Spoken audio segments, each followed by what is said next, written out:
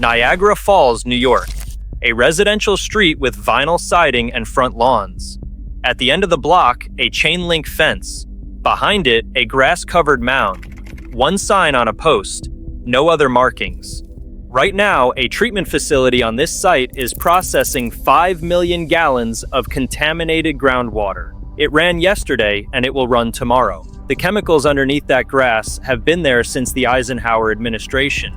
They have not gone anywhere. They are being contained. There is a difference between those two things. This is the story of Love Canal and why the government sold houses on toxic ground. 30 inches of snow fell on Niagara Falls in the winter of 1977.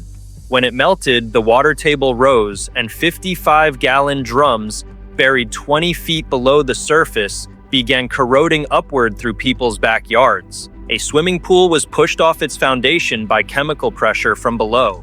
Black sludge came up through basement sump pumps. Trees died. Gardens turned black. Children came home from playing outside with burns on their hands. Residents of the streets around 99th Street Elementary School had been reporting fumes and strange odors for years. The city had largely filed their complaints away. Now something was answering for itself. Reporter Michael Brown of the Niagara Falls Gazette went door to door in early 1978. He found birth defects, enlarged limbs, seizure disorders. The Homeowners Association later conducted their own health survey because government agencies refused to run an objective one and found that from 1974 to 1978, 56% of children born in the Love Canal neighborhood had a birth defect. Miscarriages had gone up 300%. Out of the last 15 pregnancies documented in the survey, 2 ended in normal births.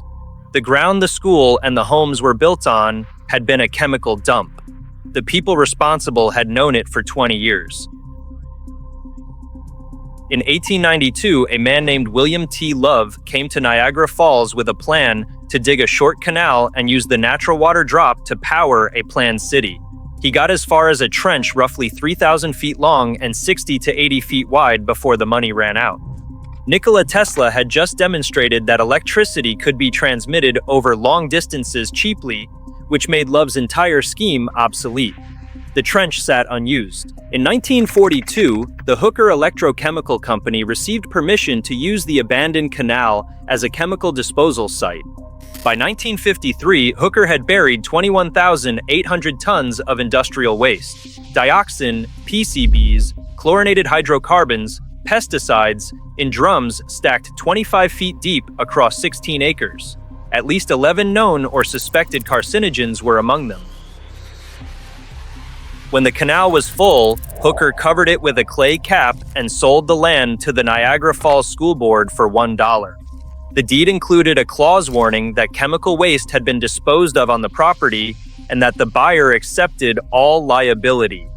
The school board built the 99th Street Elementary School on top of the filled canal anyway. Developers purchased the surrounding land. 800 homes went up and families moved in.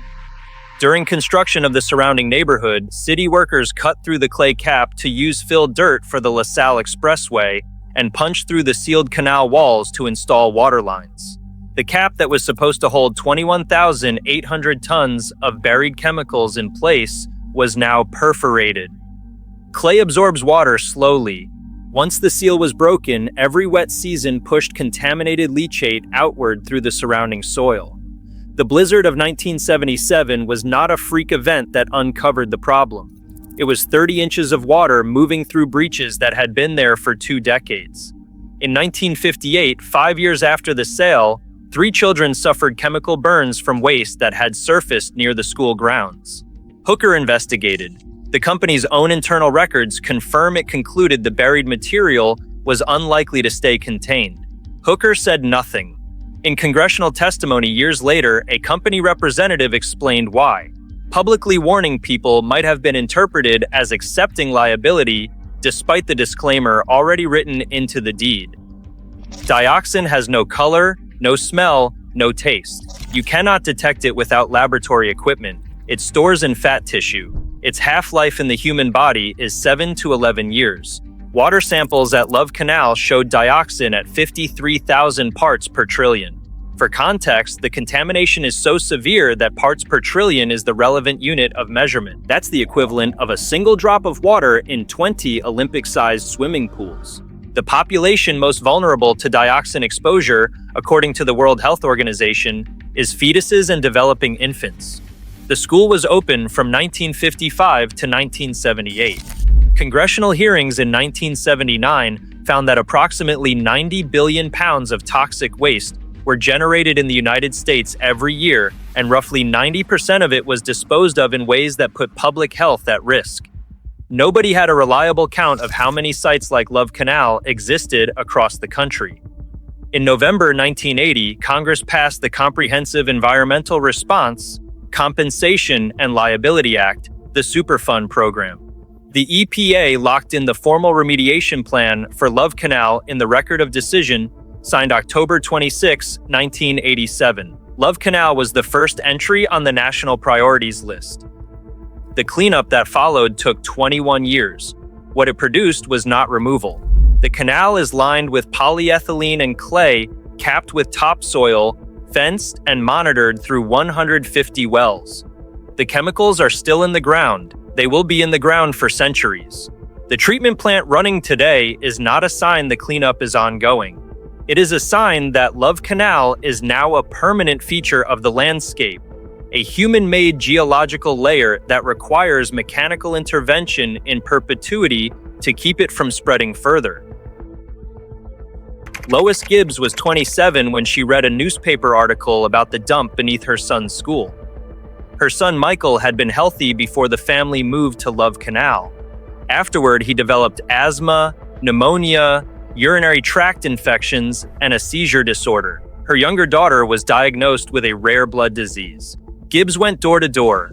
She founded the Love Canal Homeowners Association in August 1978. Within 48 hours, several hundred families had signed on. The association eventually represented more than 90% of the neighborhood. On August 7, 1978, President Carter approved emergency federal financial assistance for Love Canal, the first time that had ever happened for a man-made disaster. New York State purchased the 239 homes closest to the canal. The 700 families in the wider neighborhood were told they were not at sufficient risk to warrant relocation and were left in place.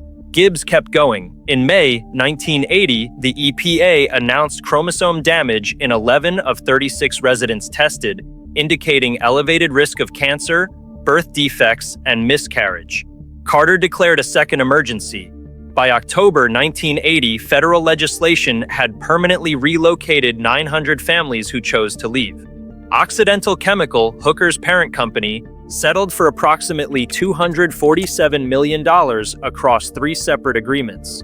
$20 million went to residents in 1983. $98 million went to New York State in 1994. $129 million went to the federal government in 1995. That last amount was set in United States versus Occidental Chemical Corporation, Case 79-990C, filed in the Western District of New York. The cleanup took 21 years. Love Canal was removed from the Superfund list on September 30, 2004. In 1990, the Love Canal Area Revitalization Agency began renovating 260 homes in the neighborhood and selling them at 20% below market value under a new name, Black Creek Village. By 1998, 232 of 239 had sold. New families moved in. In 2011, a pocket of Love Canal waste was found outside the containment zone during a routine sewer repair on Colvin Boulevard. It was cleaned up. The EPA has not conducted soil or air tests inside homes in Black Creek Village since the 1980s. 6 miles away in Wheatfield, residents living near a landfill that received Love Canal waste during the cleanup commissioned their own indoor air tests through lawyers. Several tests came back showing toxin concentrations 10 to 100 times higher than outdoor readings. State officials declined to test inside their homes.